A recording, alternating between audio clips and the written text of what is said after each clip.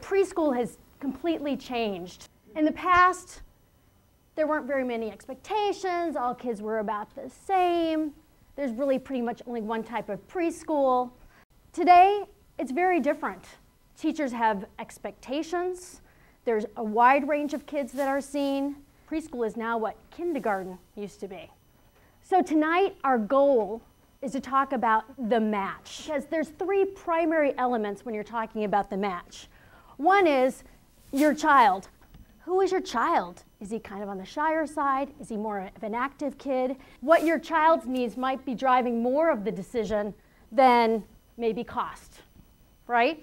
Or you might say, you know, it's really important to me that my child go close to home. That might be your primary consideration. But it's really important to think of those three different features when you're thinking about preschool. Temperament, as a psychologist, you think of how your child copes and approaches situations. So we know that temperament is genetic, and we know that it can start from day one. When you think about activity, you think about, you know, basically how active your child is. So you have some kids who are maybe low activity. They can kind of sit for longer periods of time. Maybe they're a little of a snuggler. Or the kind of high active kid is the kid who wiggles all the time. I'm kind of active. I like to move around. Being in a car seat is like prison. Adaptive, high, transitions easily, so adaptable, back and forth, no problem, goes with the flow.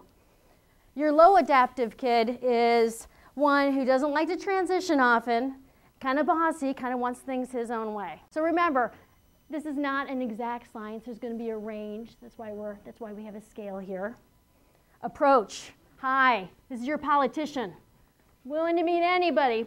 Just go into any new situation. You're like, I can take this kid anywhere. The other type of kid is the cautious. You know, this is the one that kind of hides behind you, a little shyer in newer situations. And then we have frustration. You have your persistent child. Try, and you're like, oh, just move on. But they just want to try and try and try. And then you have on the other extreme, you know, a child who's easily frustrated. You know, they try it once, they don't get it right, and they just give up. Intensity of feelings, mellow. We've got a relaxed child. One that's able to say my feelings are easily hurt. And then you have the drama queen, as we call it, right?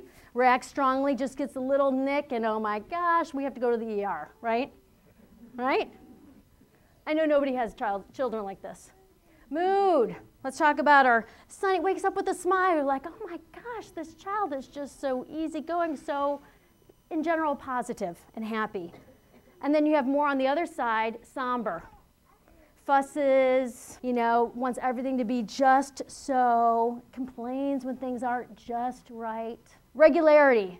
Some kids who poop on a schedule. I mean, you're like, oh my, I mean, they're just regular about everything. They're easy to put to bed. And then irregular. You know, one day it's this, next day it's this. They're not predictable. Things are kind of back and forth. And last thing we're going to talk about is sensitivity. You have your low sensitivity kids. They fall and they go like this and they get back up and they keep moving. The scratch is nothing, right? They can even sleep through parties. Whereas your high sensitivity kid wakes easily, notices everything, right? They notice the smells on things, they notice the texture of their clothing, they're just more sensitive in nature. There's these different kind of domains or different dimensions of temperament, and what happens is they start to cluster into different groups. So we're going to talk about the puppy.